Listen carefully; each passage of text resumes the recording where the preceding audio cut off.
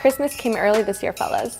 Introducing the ultimate men's grooming experience, Manscaped. Manscaped's 20% off holiday sale is happening now. Don't miss it. Shop manscaped.com today. Give him the gift of smooth. Who doesn't like the gift of smooth? Of course, don't even sweat. Take a look at what comes inside of your Performance Package 4.0. It's got everything a man needs from head to toe. Mrs. Claus, she likes my jingle balls smooth as glass. Manscaped? Thank you, sweetheart. No, thank you. Smack in the middle of the box is the star of the show, brand new Lawnmower 4.0 trimmer. Powerful enough to rip through any hair type. Includes skin-safe technology, that way you can safely trim that tree without breaking any bulbs or wires. 4.0 trimmer is waterproof. It uses wireless charging. I have given this to everybody, and I kid you not, they walk around 10 times happier. You're gonna have to wait for that to grow back, and I'm sorry. Manscaped's 20% off holiday sale is happening right now. Don't miss it. Manscaped is no longer just for below-the-waist grooming. This bad boy right here also includes the Weed Whacker nose and ear hair trimmer. Don't let yourself get hairy up in there and, up in there. The included crop preserver ball deodorant, anti-chafing, moisturizer, keep your sack of presents nice and cool. This stuff smells really good. You'll also get the Crop Reviver toner spray For that midday ball refreshment. Let a guy know you're thinking about his lower torso area with the gift. That would probably be enough. Limited time, you will get 2 free gifts. The Shan Travel Bag and the Manscaped Anti-Shaving Boxer Brief. They're so soft, they're so comfy. And look, I'm wearing them right now. Boxers are amazing. Hey, your gift is gonna be like the highlight of everyone's day. Honestly, you made my day. Life changing. Everybody's gonna want it after they see it. Choose Manscaped. Manscaped's 20% off holiday sale is here for a limited time. Order today to qualify for free shipping.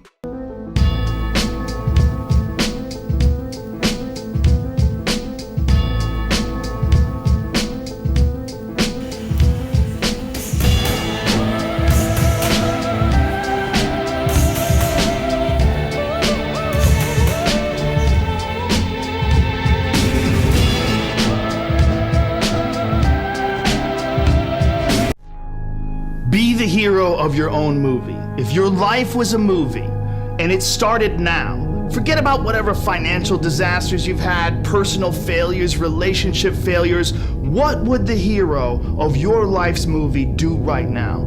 Do that. Do those things. We define ourselves far too often by our past failures. We look at our past and we say, well, that's me. That's not you. You are this person right now. You're the person who's learned from those failures, and you can choose to be the hero of your own movie right now. Write down your goals. Write down things you want to improve. Write down things you won't tolerate from yourself. Write down things that you've done in the past that you never want to see yourself do again. And go forth from here as the hero of your own movie. Build momentum. Build confidence and momentum with each good decision that you make from here on out. You can do it. Anyone can do it. We live in unique times. We live in one of the rarest times in human history where you can choose almost all the input that comes your way. Whether it's the movies that you watch, the books you read, the podcasts you listen to, you can choose to be inspired. Do that. Do that and be the hero of your own movie.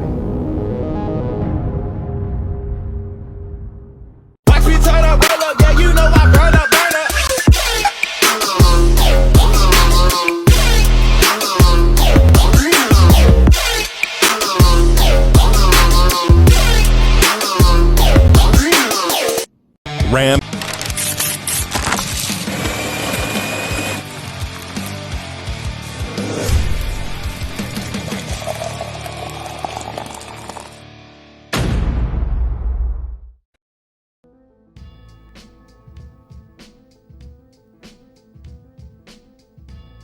Welcome back to the Final Shot Podcast. Today on the show, if you guys are on YouTube, you can see them. If you're not, maybe go to YouTube and watch the fucking video. But, guys, my guest today is a Canadian MMA legend. One of the fighters that, when I first got into the sport, I watched. I'm a huge fan, and I couldn't be more ecstatic that he's on the show today. Ladies and gentlemen, Justin Bruckmann. How's it going, sir? All right, man. Thanks for having me. I appreciate it. So, we'll get through a little bit of past history first. I was at your gym in probably 2005, 2006 for an open mat rolling. Had a fantastic time. You're a hell of a coach. I don't know how old your gym was back then, but I'm thinking it was fairly young. Yeah, I opened in, holy shit. I guess I think I opened in 2004, actually, yeah. So we were only at it a couple years when you came around. Yeah. You made a face when I said Canadian MMA legend. I don't know, man. Like, I don't take compliments well. That's all. You know what I mean? Like, a legend would, like, I'm not dead yet. That's all. You know what I mean? Like, maybe I'll be a legend when I die. I still got shit to do yet. Nah, so let's not count me yet. You're a living MMA legend, man. I'll give you some credit. All right, thank you. And a pioneer in the sport. You broke the sport in Canada. You were in that UCC era before it turned into TKO and got a little weird. But you're the former lightweight, am I correct? UCC champion? I couldn't remember if it was welterweight or lightweight. It was kind of both. When I started, there was only 3 weight classes. And by the time then as time went on, they added weight classes. So I started out, like, I was lightweight, and lightweight was 170 and under. And then they changed. They added weight classes, so I became welterweight champion. It was kind of weird. Like, but again, we were just breaking ground. No one knew what they were doing, right? No. So yeah, when we start, there was 200. It was 170 to 200, and then 200 and up, and then 178 under was lightweight or something. It was all messed up. It was an amazing time in the sport, though. There wasn't. Rules were kind of out the door. There was no hitting in the nuts and no pulling hair and no fish hooking. Anything else was a go. Yeah, UCC was like the first. There was some IFCs and some other things where the rules were really, really sketchy. But the UCC was the first one that actually had like a commission in place. So it was the first like standardized rules, right, with a proper athletics commission. I mean, the commission didn't know what the fuck they were doing either, but at least like you weren't bringing your own gloves. You know what I mean? So it was a start. It was fun to watch, though. I highly enjoyed it because at that time, all we had was like UFC from 1996 on VHS, and UCC. That was it. Oh, you could get Pride if you knew how to hack the satellite streams. Yeah. If you had a black box or whatever, you might be lucky. Yeah. You could get the Pride, but you kind of broke what I would probably say is the greatest combat sports athlete of all time, George St. Pierre. I was champion UCC before I ran into him, and then he took his title, and I think it was only 3 or 4 fights later when he went to the UFC. Like after that, wasn't a great fight for you, but no, not at all. I'm like, this is what I always say. I'm like, I was the first guy that everyone like I fought went to the hospital. So I was like in the first 10 guys that he fought, I was the only one that didn't go to the hospital. I made it out of 3 minutes, and you know what I mean. Like, and it really ended up in hindsight, like it was the most important fight of my career.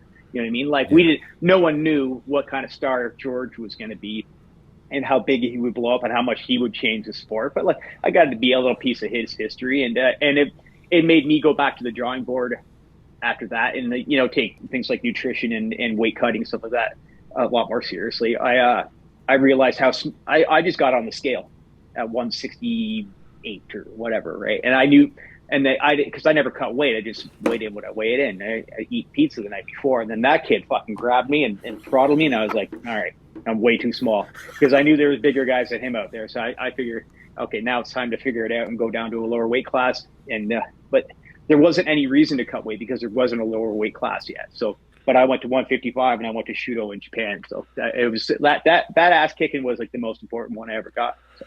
And you fought at MFC too, right? Yes, I fought Blake Fredrickson at MFC. Yeah. And who was running the UCC at the time when you fought? Was it Stefan Patry? Oh yeah. Hey, that guy's a wild man, eh? Hey, he's a fucking scumbag, man. That's all there is to it. So I don't care. Like, what the fuck's like? Everyone knows he's a fucking scumbag. He just is, man. Like, and then when they brought, and we all like wanted it to be, TKO came back, and we all wanted it to be something special, and we were like, nope, he's a changed man. You know what I mean? Everything's gonna be, and we needed that, and then he ended up being just fucking scumbag again. Like man, he's your stereotypical promoter. Yeah. Like, setting guys up, not paying fighters, just telling lies, and just he's a shitbag. That's all there is to it. But yeah, he was the guy. Like I I'll tell you what kind of a fucking person this guy is. I lost no money to be made anyway, but I got paid okay at the time considering like the industry. But when I lost to George, I lost my championship to George, who ended up being the best fighter in the world. And the next fight he offered me $100. What? I'm like, you're a piece of shit, right? So I obviously told him to fuck off. When he finally did, when I did get another matchup with him, this is what happens. This is the kind of person that he is. He goes, the Quebec Athletics Commission used to be really crazy. They did everything backwards. So what they would do is like, we'd all make weight, and we'd go to the weigh-ins, and we'd be waiting to weigh in. And that's when the commission would have you sign all your paperwork and do everything, right? So we sit down, and Patrice sitting there, and he's like, all right, so here's your contract. I'm like, all right. So I'm signing for peanuts, $1,000 or whatever it is. And he's like, okay, now. And he's like, okay, here's the contract that the commission's going to see. Right. So he hands me, and I've cut 15 pounds. I'm lost in the desert. I don't even know. I'm like, I don't even know what you're talking about. But sure, I sign it. Because I had no management, no nothing. I was just doing my thing.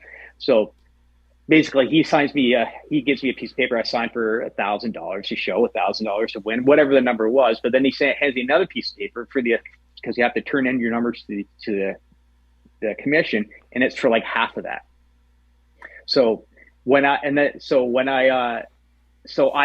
afterwards I win my fight. He owes me $2,000. The commission pays me my $500, and Patrice pretends like it never ever happened. Yeah, I told you, he's a fucking scumbag. And I sat there. I'm like, all right, we'll see. And then so that happened, and then he offered me. That's what happened. That fight happened, and then I went to MFC and I lost. And he was all butthurt that someone from UC went to MFC and lost, and I came back, and that's when he offered me $100. And I was like, "You're a fucking piece of shit, buddy." Yeah. Like. And then, so that's when I went online and outed them. I'm like, why would I fight for $100 when you've already screwed me? Like, you still owe me money. Yeah. From the person you didn't pay me last time. And I hit send, and within 5 minutes, my phone's ringing. He's like, oh, what are you talking about? I'm like, you call me a fucking liar. This is exactly what happened. And like, he's like, no, it never happened like that. But then, 10 minutes after that, I get a transfer for $500. I'm like, well, if it didn't happen, why are you paying me? Like, whatever. He's not a good person, man. That's all there is to it. And if he did that to me, you can only assume he did it to hundreds of others, right? So, what blows my mind is he's doing this to professional fighters. One, that takes a set of nuts. I don't know what he's got for backing. I have no idea what affiliations he has, but how he didn't get handled by somebody is well.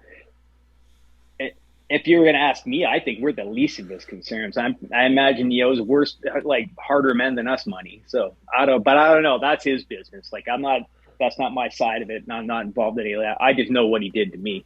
And I'm like, but then TKO popped back up. I'm like, man, I want my guys to fight on a professional, like a real quality. Because he's a piece of shit, but he ran a great show. Yeah. Right. And I want to take my kids to a big show and give them opportunity. It was a fight pass, and it was, really beautiful venue and good opponents, and he did some Weasley shit when we showed up to back for TKO again. He still did some scummy stuff, and I guess they folded again anyway because we all left. We didn't give a shit, right? So they're gonna find that guy. They're gonna find that guy in a sleeping bag in the bottom of the lake somewhere at some point. So. Man, I remember when it came back, I was so excited that we had another like legitimate promotion in Canada that was going to put on shows. They're going to be on Fight Pass.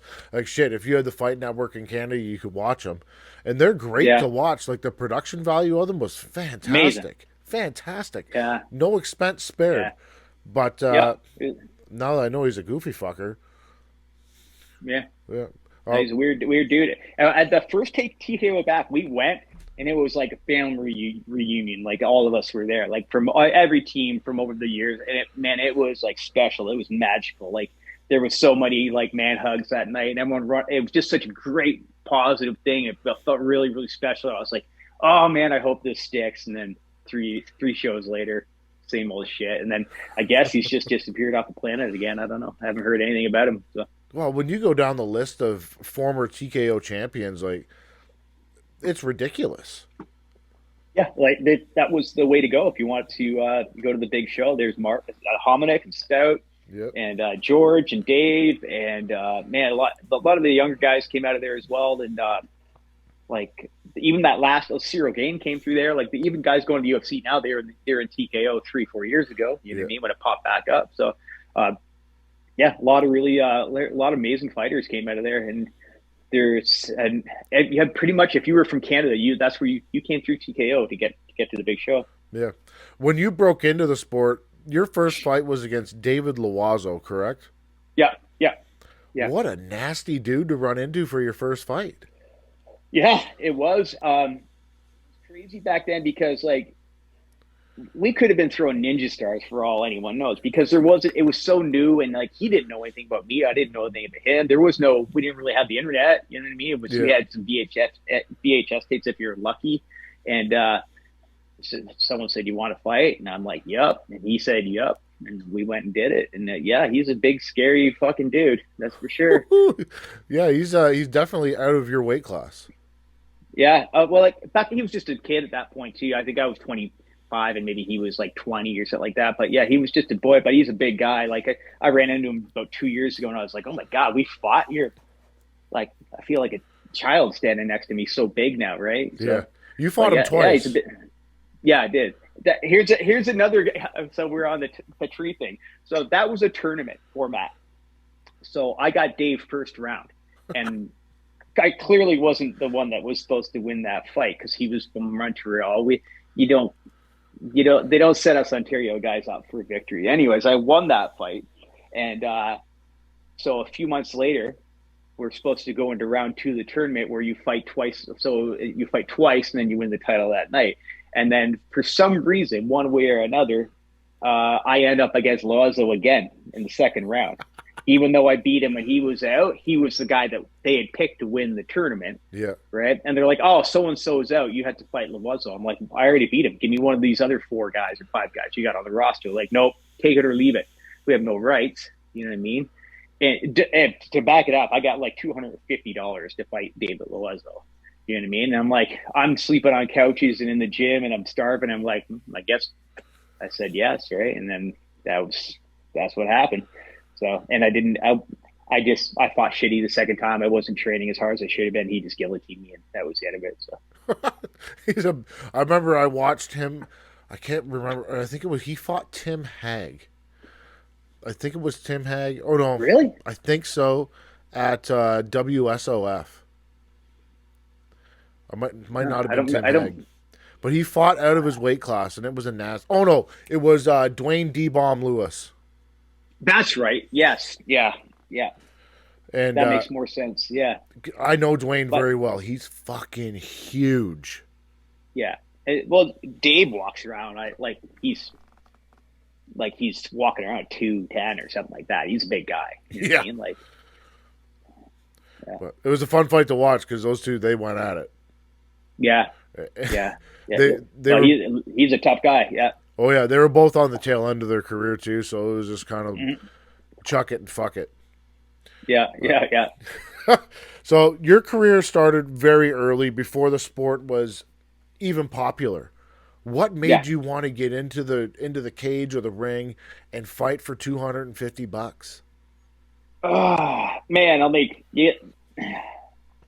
I don't know. How long do you got? Like, there's a lot of things in my life that led me to that particular moment. You know what I mean? Like, I think I'm a bit of a stereotype where, like, you know, I was an angry teen, and that's kind of where it led me. You know what I mean? Like, honestly, I'll tell this story. I tell it on every show and everyone who will listen. But like, what happened was, like, I came from a pretty traumatic childhood, and which led, you know, when I was young, we had a house fire and my father was shot. All these things just piled up, and that, you know, they messed up my childhood pretty good. And there's a lot of traumatic experience that caused a lot of anxiety, a lot of anger, and which led me into my teenage years and really, you know, pretty destructive teen. Barely scraped through high school, and when I was in high school, it's all about just fighting and whatever else, you know, and drinking and drugs and everything else, just doing small town shit. I got out of high school and I was working a factory job, and I was living in an apartment in a basement, and and the basement happened to be flooded at the time. It was disgusting. And I was out of the bar one night, March 2nd, 97, and I got in a fight because I was all drunk being an asshole. And when I woke up the next day, March 3rd, I'd missed my ride to work. So I was wandering around the town I was living in. I was wandering around in the rain, wondering what to fucking do with my life. And I strolled by. I was walking through the slush, and I saw this gym. And I wandered into the gym because I knew the coach or the guy that owned it. He ran a judo club in there. I met him in high school. And I wandered in and said, like, listen, man, I don't have any money. I'm pretty sure I'm going to lose my job. I'm fucking the borderline alcoholic. I got nothing going on in my life. I got to get back in shape. I got to do something.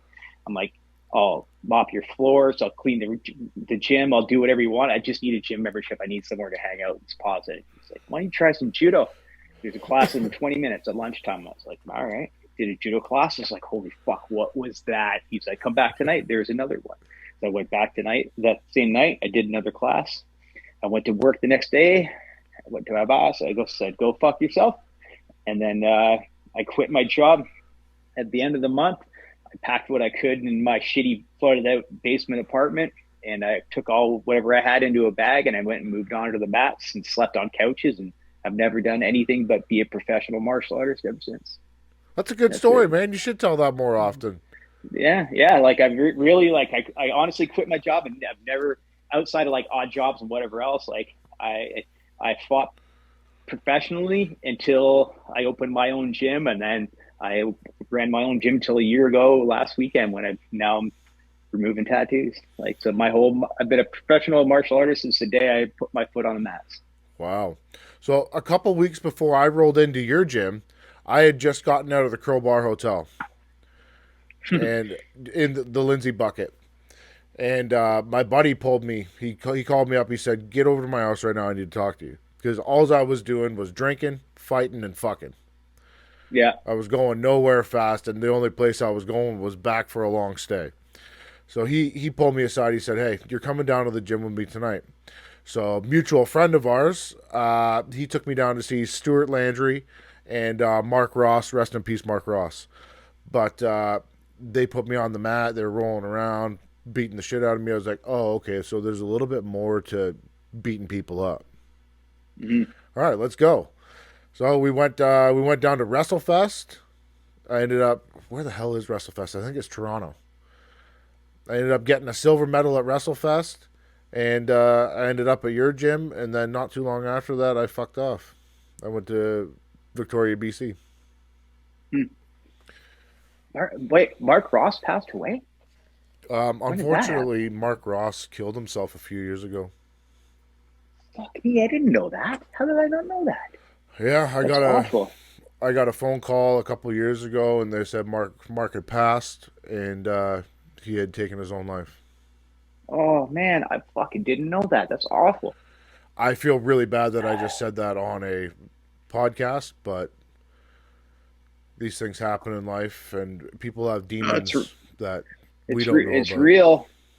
It's like we just lost in the last 2 years our circle, and they were both from the Lindsay Peterborough area. We just lost 2 guys on our team, right? So it's this life's hard, man. People got some fucking big ass demons, and this COVID thing just made things even harder on people who struggle with depression and drugs and things like that. Like, so yeah. Oh man, I didn't fucking know that. I don't know how I didn't. That's awful.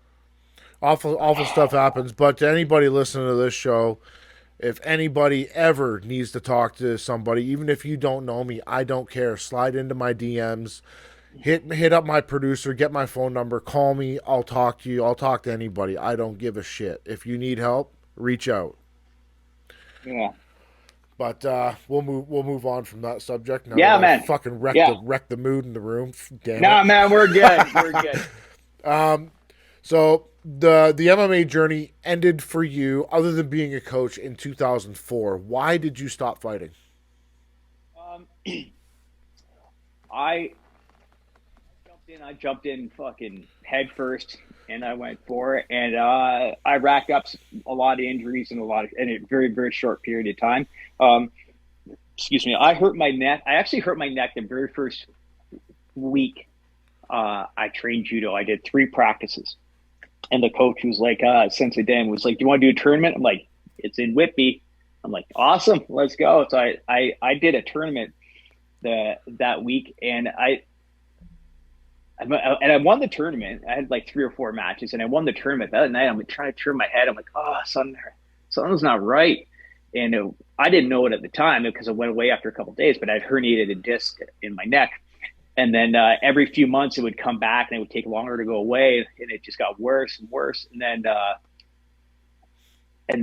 that's what finished me off. My last fight was 2004 in Japan. It was like a few weeks after that, like just teaching or rolling or something. I got a little bump on top of the head, and that was like the straw that broke the camel's back, where I just couldn't.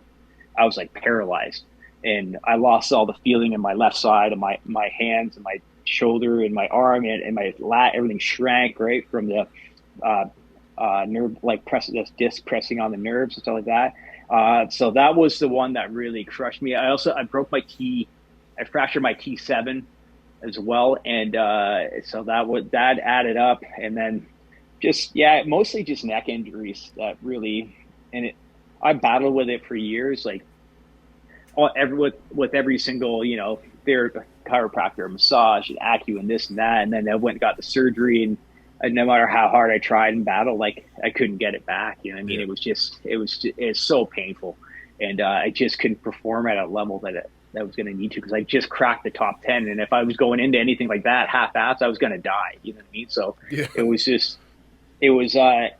time to just kind of move on and do something else. So I was very fortunate. Like, I got hurt in 2004, and that was my last fight, and I didn't even accept it until almost 2007, where I was like, okay, fuck, I'm retired. You know what I mean? Because I couldn't say it out loud, because I still believed I could get better, right? But it was just too late. It was just I just damaged myself beyond repair, and there really was no coming back. You know what I mean? So how old are you now?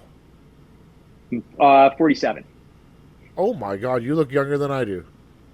Thank you. I do. Good for you, man. I try to take care of myself. You know what I mean? I exercise and eat well, and I don't train. As long as I exercise, as long as I don't train, I can stay healthy. Right? Yeah. If I exercise, I'm good. If I train, I'm crippled quick. Right? So I still hit pads and spar every once in a while, but as far as jiu-jitsu and stuff like that, I just can't do it anymore. Yeah, that's unfortunate. What was it like going over to Japan and competing there? That was the greatest experience. At that point, was the greatest experience of my life, because I'd never been anywhere really. You know what I mean? I got across the country kind of thing like that, but that was my first real trip somewhere that was exotic to me. You know what I mean? Like Asia was crazy. And for me, fighting in Shudo as a 155er, that's where all the best guys in the world were. And so that's where, if you were 155 and under, that's where you wanted to go, because there was no lightweights in the UFC yet. Yeah. So we all wanted to go there, and I wanted to fight in Kurokyun Hall, which is it's the mecca of MMA in Japan, right? And that's where we ended up. So to me, that was a dream come true. And then just being there, Japan's the craziest place, man. It's like you're stuck in a pinball machine. It's fucking wild. Everything's just neon, and it was amazing. And they just treat you so well. And I don't know. I've been there 3 times now, and I've been all over the world, and I try not to double dip. Like, I always want to do new things, but I'll go back to Japan over and over again. I just love it there. I love the people. It's amazing. Huh. It looks like an interesting place to go to. I've never been, but it looks just too busy for me. It's wacky where it's so populated. It's so absolutely insane, but there's a system to everything. So you're in Tokyo at rush hour, and there's 30 million people, but everything's so well organized that you don't ever feel like you're being squished. You know what I mean? That's what I kind of liked about it. There was people wait for the crossing, for the lights to change. Like, no one jaywalks, they stick to the rules, and it all kind of just works out really well. I don't know. It's beautiful, and people they're very polite. You don't see any street level crime. Everything's kind of, man, it's a beautiful place. So you've obviously been to Chinatown and Toronto then. Yeah. That is a busy place. And every time I've gone there, I've got mowed over by people. It's totally, the Chinese and the Japanese are two very, very completely different cultures. Okay. Not even close, man. We're just ignorant as North Americans thinking that they're similar. Not even close. Like, Japan is extremely small. Like, it's an island nation, and it's very, very tiny. And there's really not that, like, there's like 1 billion people in China. There's like, you know, like, I don't know how many in Japan, but it's a fraction of that. You know what I mean? So in Japan, and we're Japan's very technologically like advanced and industrious country, but China is much different. Where everything we consume is from China, and it's kind of, I don't want to say dirty, but it's like, I don't know. It's just it's totally different ways of life. Absolutely, it's not even the same. Yeah, I know when I was walking around in Toronto, you get them and they walk 4 or 5 abreast on the sidewalk, and they're smoking darts and they're looking at the floor, and they don't even acknowledge your existence. So I'm a big guy. I take up half the damn sidewalk. I'm 6 feet tall, 200 and some odd pounds. Yeah, I'm coming through, but you're not looking. So like, it's like pinballs. Yeah, no, it's different, man. Culturally, they're much different how they operate. But yeah, we're in their town, man, so we can't say much about that. So it's very true. So not too long ago, you decided to dust off the gloves and get back in the ring and compete in Muay Thai kickboxing. What in the hell brought that on? I was always like a jiu-jitsu gym with, coaching some MMA, and then we dabbled in kickboxing, stuff like that. And then what happened was,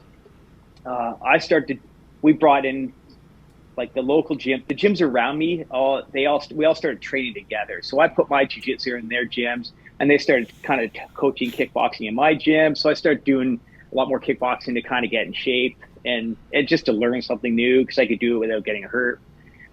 And then I just showed up one night. There was a smoker out in Lindsay, and I showed up one night. They're like, "You want to fight someone?" I'm like, "Fuck yeah, I'll fight someone." So I did a smoker just for the hell of it. And then it was not too long after that, there was a rec MMA show that they did in Oshawa, and they asked me, they said, "You could fight on this if you want. We'll do it. We'll call it an exhibition." I was like, "Hell yeah! I've never got to fight anywhere near my people before." So I did that, and it turned out well. And then one of my coaches and friends, Jovan, he spends most of his year in Thailand. And he's like, "Listen, if you want to do another one," he's like, "just do it in fucking Thailand." Like, he said, I'll get you a fair fight, and just come over here. And I'm like, you know what? If you're gonna do it, like, go there, do it in the motherland, and fucking find out what you're made of, and do it for real. So trained my balls off, and we did some fundraisers and I had great training, and people were really supportive. Like, it's an expensive journey to go to Thailand and fight for $30, you know what I mean? So but people from all over the country, we did a GoFundMe, and people from like everywhere, I couldn't believe it, like sent me money. Like, go for it, dude. It was one of the best things we've ever done. And it was weird. I'm not as scared to fight as I used to be. Like, I'm always afraid, you know what I mean? Because it's a stressful situation, but it's not, I don't know. It's like, because when you get there, you don't even know who you're fighting. I'm like, well, he's the biggest guy here. I guess I'm fighting him. You don't know. It's like fighting after the bar. You just know what's going to happen, and we'll figure it out when we get to it. But I knew I was well prepared, and I was in shape, and I was big and strong, and I just knew I was just gonna go head hunting for a couple rounds and see what happens. And that's what happened. The kid just happened to walk into one, and he went to sleep. So worked out great. A buddy of mine called me, and he goes, "You'll never guess what's going to happen." I said, "What?"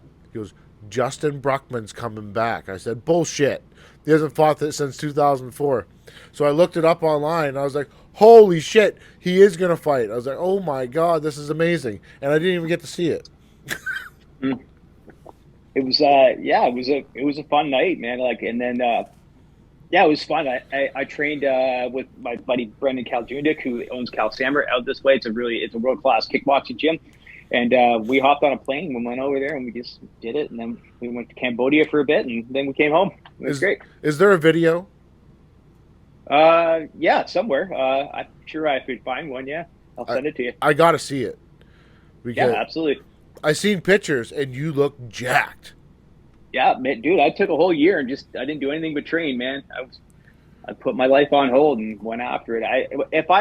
I'm like this with anything. If I'm gonna do it, I'm going for it. Like I don't half-ass anything, man. If I say I'm gonna do something, I'm all in. So I'm fortunate where I'm surrounded by great coaches, like kickboxing coaches and everything else.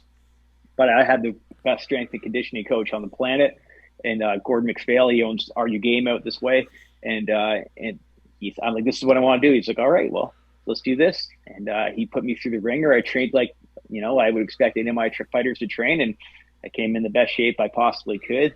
I didn't have to cut any weight or anything, so that was good. And then it was great. So what'd you weigh in at? I felt lockdown. 182. That's big for you. What do you walk? 180. I'm 185 right now. That's what you walk around at? Yeah. You're fucking 5'9", man. Yeah, I don't know. I got a big old ass, man. I'm like the Beyonce of Oshawa. It's all in the lower half, You got big legs. Yeah. So, but I don't. That's why I don't lift weights or anything, man. I just put on muscle like real quick. So I just kind of I hit the road and I hit a lot of pads and stuff like that, and that's it. I just try to stay healthy. Like I couldn't, even at one. I wasn't a big 155er, but like at 155, I walked at 170, right? So I'm not, I could easily be a fat fuck. I try to take care of myself. Yeah. Like 185 is me in pretty good shape. Well, I've seemed to mitigate the thing of life where I don't get too gross, but I can walk around at 240 pounds and look decent. Yeah. I don't like it.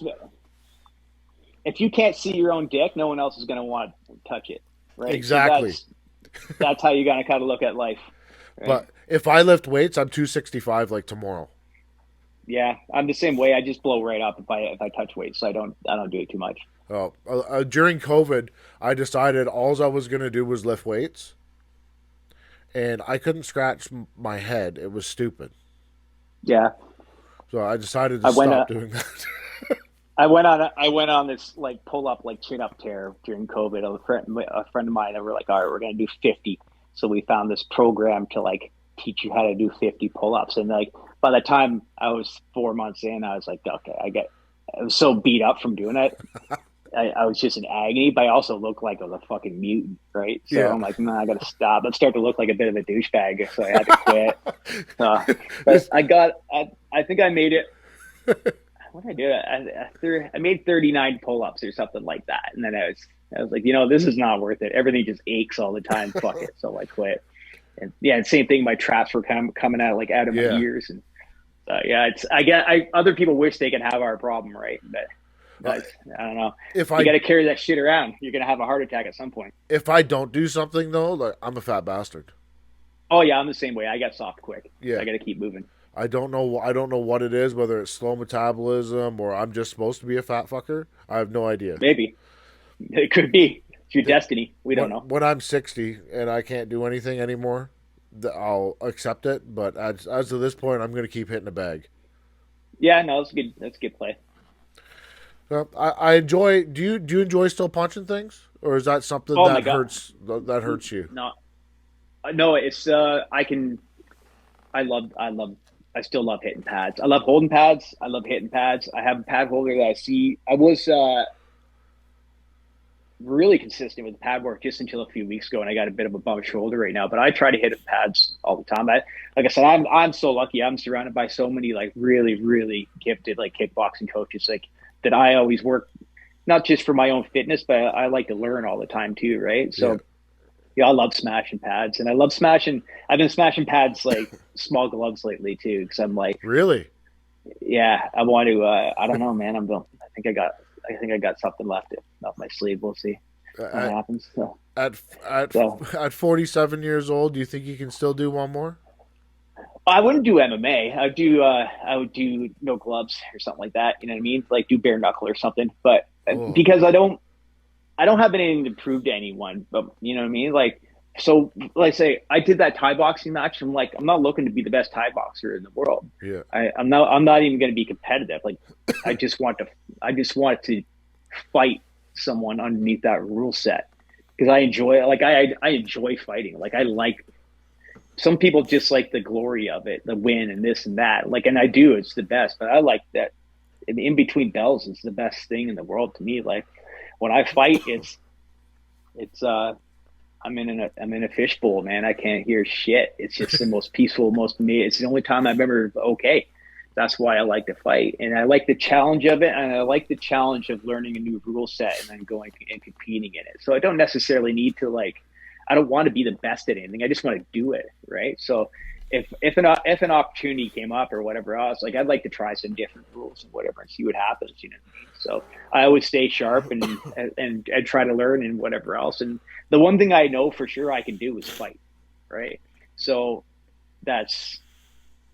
if you can fight, you've actually, because a lot of people think they can, but they can't, right? And if you actually can just fight, then you have some sort of brain to you, you can figure out the rules and you can compete like safely in anything, but you know what I mean? You can compete in anything, right? So I'd love to do a boxing match. I'd love to do a bare knuckle, or there's still some things I'd like to do. I know that my time ran out a long time ago, but fucking, I'm not that smart. I just kind of fucking just keep going and see what happens. I like to be tested, and I don't need anyone to watch me do it. I just like to fight, you know what I mean? And I've been in way more fights with no one looking than I have been on TV, you know what I mean? So I like fighting and I like testing myself. So yeah, I hit pads all the time. I like to learn and I like to stay sharp, and it's the easiest way to stay in shape. Who wants to go jogging, man? I'd rather just spar, right? It's very true. Hey, if you're going to do something, can you let me know so that at least I can try to get there and see it live? I've never seen you fight live. Or at least I can watch it, because shit, the last one I was so mad I didn't get to see it. Yeah. It's a legend returning to the ring to go get into a scrap. It's not something you see every day. Yeah. It was an experience. I don't know if I'll ever do anything again, but I dream about it. You know what I mean? It gets me out of bed in the morning when I'm like, well, who knows? You know, it gives you a reason to get up and train. So like I said, I like to fight. I like to learn, right? If I can learn a bunch of new shit and then go try it on someone's face, then one day that's what we'll do. So I got a funny story. Before I got on the podcast with you, I had to get cleaned up. Now, I suffer from a disease called I'm follically challenged. You have the same issue, I can see. Yeah, I do. It's glowing. Yeah. Yeah. I literally got the razor, and I have this crease in the back of my head. I don't know where it came from, but I'm getting old. And I ripped a hunk out of my head so big, like the piece of skin was stuck in the razor. What do you use to shave your head? Are you using like a fucking Bic razor like my dumbass? No, man, I never go to. I just put the fucking trimmer to it today, and that's it, man. I don't have that much patience. It's just the lighting in here that makes me really shine today. I'm not. I never take it right down to the wood, man. I don't have that kind of patience in me. Never, eh? And I can't even get my arms up that high anymore. I need like my trimmer like on a stick, right? So. Well, it's embarrassing because I got to get my wife to do the back of my head.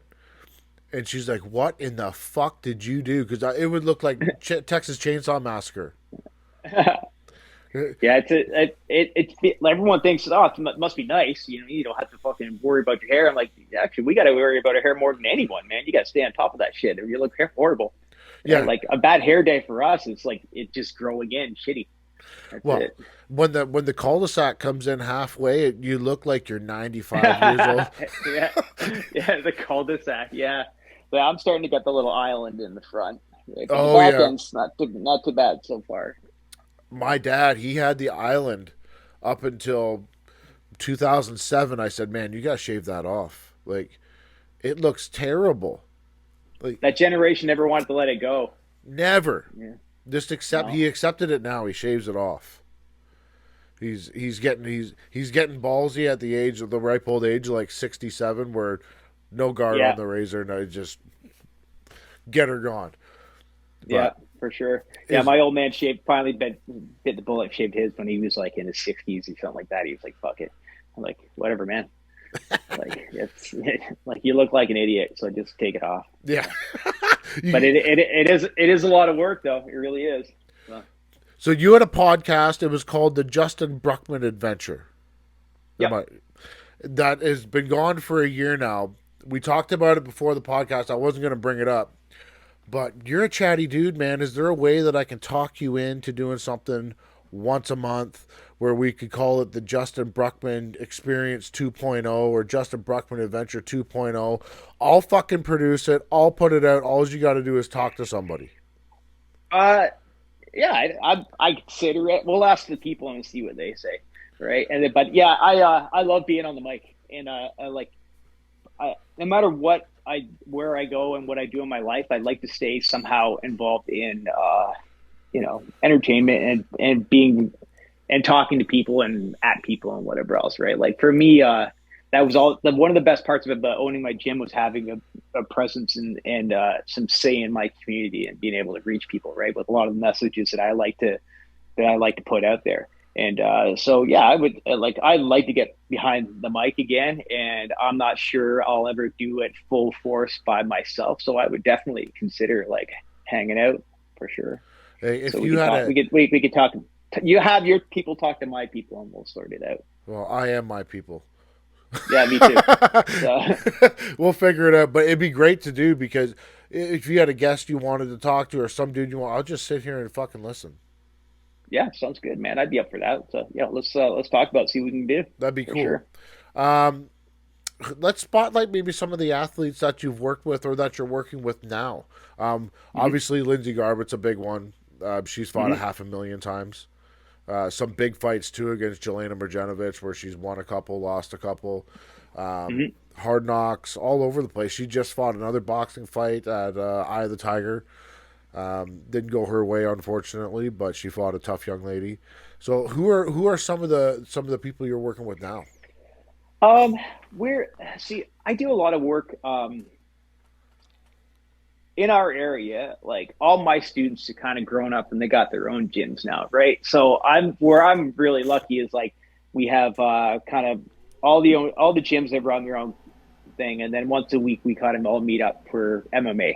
And that's at Cal Sammer in Beaumont here, just east of Toronto. And we've decided what we've kind of done is like, we're more or less dreaming the future now. Like the kids, the people that we have, I'm not putting the eggs in on that pro basket anymore. We're really thinking about the kids now, like kids that are 16, 17, right? We want those guys. We're putting our money on those kids now. Where are they going to be when they're 22 sort of thing? So we got some real awesome young prospects that we're working on, not just MMA, but kickboxing, boxing, stuff like that as well. As far as pros, the only pro that I consistently work with is a kid named James Clark. He's been on an amazing tear. He's out of Lindsay, Ontario, and he fought. He's the B2 champ down at 125 down the States. He's the BTC champ here up in Canada at 125. We fought the World Championships in Singapore 2 years ago, and he lost a split decision in the finals in that tournament, which is a 1FC tournament. And yeah, I think he's won 7 out of his last 8 or something like that. He's great on the mic, and he's just a hardworking, fun kid. Like he's so I put a lot of energy and a lot into him. I think I don't know if we'll go to a big show, but I think that James Clark is going to take us on some adventures in the next couple of years for sure. As far as other pros, like quite honestly, I don't have any pros right now. Like I'll help out with, whoever asks me to, but as far as like whose corner am I going to stand in? And very few people. It's just, I'm putting my energy into the future right now. So basically just that young man and Lindsay. Yeah. And even with Lindsay, I think Lindsay's kind of at the point where she's going to take a boxing match here and there. If something, tickles her fancy. Lindsay loves to fight, and she likes the adventure of it all. And if something comes up, she'll call me like, what do you think? I heard that last boxing match was the first fight that I was never able to, that I wasn't in her corner. And it's because I had James fighting down in Kentucky the same night, so just wasn't able to make it work, right? But she's got a great corner and a great team around her as well. So it all kind of worked out. So I will have pros again very soon, but right now we're kind of just in the building phase of who's coming up next. So I'm gonna try to get Lindsay on the show. She seems like she's a fun person, and she can oh, talk. she's incredible, man. Like, if that woman can't put a smile on your face, you're dead inside. Like, she's the most genuine and like kind-hearted and beautiful person. Like, she's just amazing to be around. She brightens up every room she walks into. It's hard to believe what a fucking animal she is when she competes. When you meet her outside of that arena, like, she's not like that. She's just so happy and positive. Like, and then she'll pull your fucking face off when it's game time, right? So yeah. I've seen the majority of her fights. I've watched. She's a fantastic athlete, and she's tough as shit. Yeah, she really is. Yeah. Yeah, she doesn't mind being in a fight. She doesn't mind taking one to give one. Like, and when it's Sierra Wayans, she's so happy that someone just said yes. You know what I mean? That someone said yes to fight her and they showed up. She's so excited for her, right? And she's like, "I love you so much. Thank you for saying yes." You know what I mean? Like, she just loves it. She loves fighting, right? So it's I always liked her approach to it. She works really hard. She puts a lot of trust in her coaches, and she's just really grateful to be in the situation, in the moment, and get to do it, right? Yeah. I learned so much. From her. Part of the reason I came back and did a couple more fights was because I met her, and because the influence that she had on me, like why she did it, and how she trained and whatever else. I'm like, yeah, it was her and another kid I was training, his name Derek Falk, like those, and another my buddy Brendan Kaljundek, who owns Cal Samurai.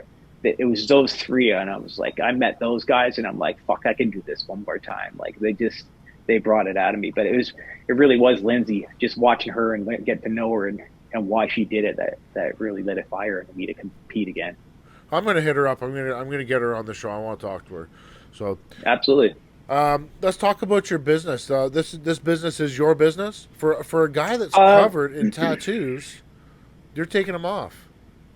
It's not.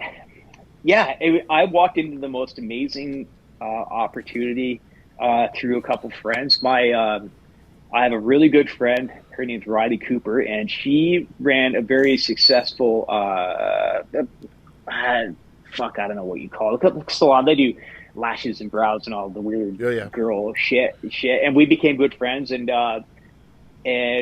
she said, I want to start a new business. I want away from my partner, and I'd like to add some things. Would you be interested in this? And I was her and another person in there. They knew I was going to probably need a job.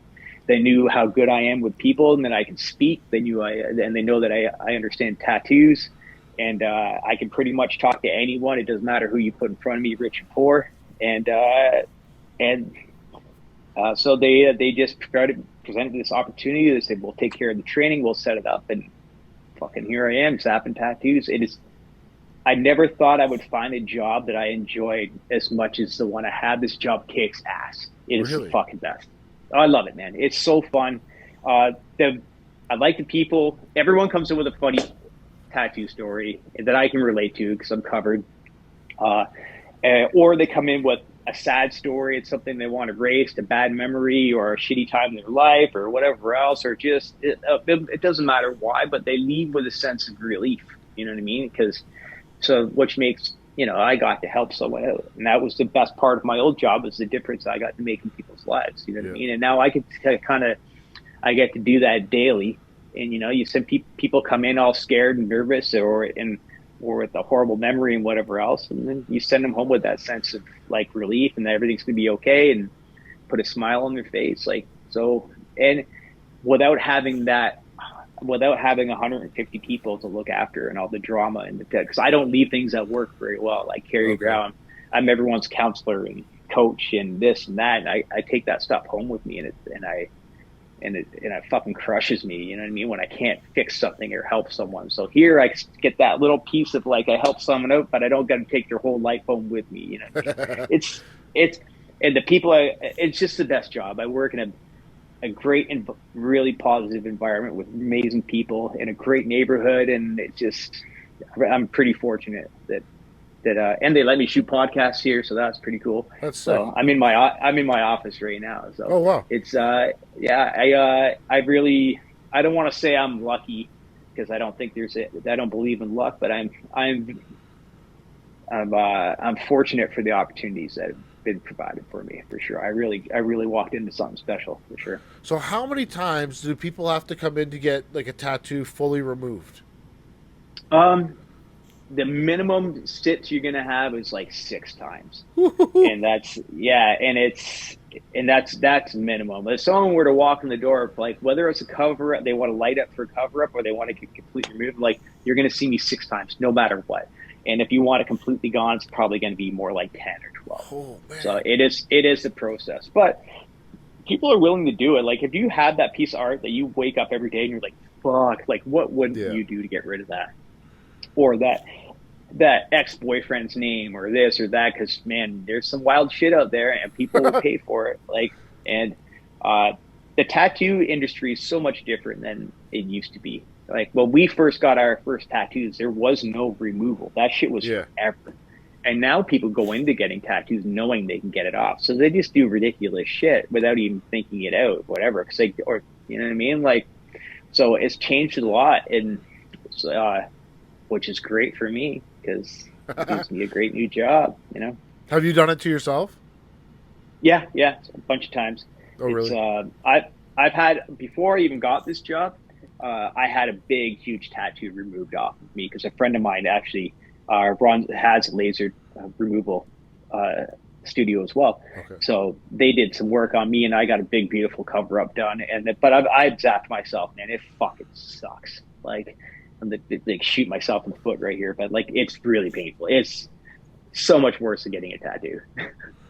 So. It's lasers, right? Yeah. So basically, the laser, it's smashing apart the ink in your skin into very, very tiny pieces, and then your body just secretes it. So it's a scorching white hot elastic snapping you over and over again. But it's fast, right? So a tattoo the size of your hand, I'll get that out of there in like less than a minute. It's fast. Okay, because I watched a couple of videos on your Instagram page, and I was like, oh my god, that thing sounds terrifying. Yeah, it really does hurt. There's no can't sugarcoat it, man. It's the worst. So. Fuck that. I'd suck up the shitty tattoo. I know. I get it. Like the older I get, the worse I am too. I'm covered top to bottom. And except I have one spot, the inside of my right bicep I had it removed and it's just waiting to get covered. And I'm like, nah, I don't think so. I think I might be done. I don't want to get tattooed anymore. It hurts. I'm like, it's painful and I don't have the patience. I can't even sit still for 4 hours. And you want to fucking tattoo me for 4 hours? Stop, man. Yeah. No, I think I might be finished, but who knows? But I've said that about a lot of things a lot of times. Yeah. Well, I had a cover up done 2 years ago. I went to Wasaga Beach when I was like 18 years old, and I got that shitty tattoo parlor down on the beach. I got one of those fucking things. It was terrible, and that's hilarious. So I went in and I said, "Hey man, I need to get this thing covered up." They're like, "All right, let me draw something for you." Like for a tattoo this big, I ended up getting a half sleeve done. And I was like, I want it gone now. I don't want to come back 3 times. Just do the whole goddamn thing today. So I sat there for 8 hours getting tattooed, and I was like, I don't know if I want to do this again. No, I'm done, man. Like I used to be able to sit for 5-6 hours. Now I got 3.5 on the dot, and I start shaking and turning white and shit. I'm like, no, I'm done. I hate it. There's like. And because the novelty's worn off too. When you're getting tattoos when you're young, you're like, oh, this is gonna look fucking awesome. Now I'm just like, hurry up, man. Like I just want the tattoo. I don't want to suffer anymore. No. Well, they were rubbing numbing cream on me because I'm grabbing things and skin's moving and I'm freaking out and I'm sweating like crazy.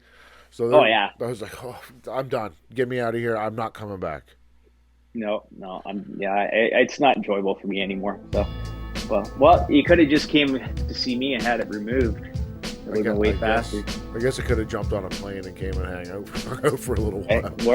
Worth it. I had a guy come in from Fort Mac a few weeks ago. So. Really? Yeah. Came all the way in just to get they don't have a removal place, or is it the Justin Bruckmann experience? I'm that fucking good at it. That's it. They want me to do it and tell fucking bad jokes. So I can and I help them out. No problem. Well, we're up at about an hour, Justin. I don't want to keep you all night because it's got to be about 10 o'clock there. I don't know if you have a wife and kids, but if you do, you probably want to get the hell home. Yeah. Whatever. So you, shoot me a message, man. If you want to do something, I'm open-minded, man. Let's come up with something. Dude, I'd love to do something.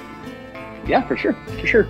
Just like I said, send me a message and we can work something out. And I'll find a copy of that video and I'll send it to you. That'd be so sick. I'd love to see it, man. Dude, thank you very much for taking the time to talk to me today. It meant a lot. It's a pleasure. It meant a lot. No problem, man. So. It's a pleasure. Can I plug my shit? 100%. Actually, I love being on it. I'll be on anyone's show. I love it. And someone who actually digs back into my history a little bit and knows what they're talking about as far as like UCC and things like that. That means a lot to me as well. So I appreciate it. Check out Unwanted LTR on Instagram. That's my new business. That's where I work. You can also check out Vintage Speed Metal on Instagram as well. They're one of my sponsors. They take really good care of me. They build some fucking awesome cars. So check those guys out as well. One more is Calsamra Gym. That's just east of Toronto in Bowmanville, Ontario.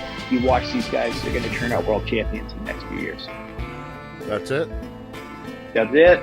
All right, I'll do my sponsors. Guys, go to my link tree to get all the promo codes because I can't remember them all because they're all different because they don't all want to give me the same one for some reason. I don't know. It's fucking ridiculous. But Rampage Coffee, locally sourced Saskatchewan coffee. Go check them out. They make some of the best coffee I've ever put in my cup. Don't fuck around. Go to the link tree, hit the link, and go and get 10% off your purchase. Onnit's been here for a year. Guys, don't fuck around. Onnit.com/TFS podcast. That's the only one I remember. But you can go to Linktree too. Linktree Final Shot Podcast. Check them out. Sovereign Extracts, TKO Beards, Manscaped. Fuck, you guys got hairy nuts? You're dumb. Girls don't like you gotta that. keep that shit tight, man. Manscaped.com.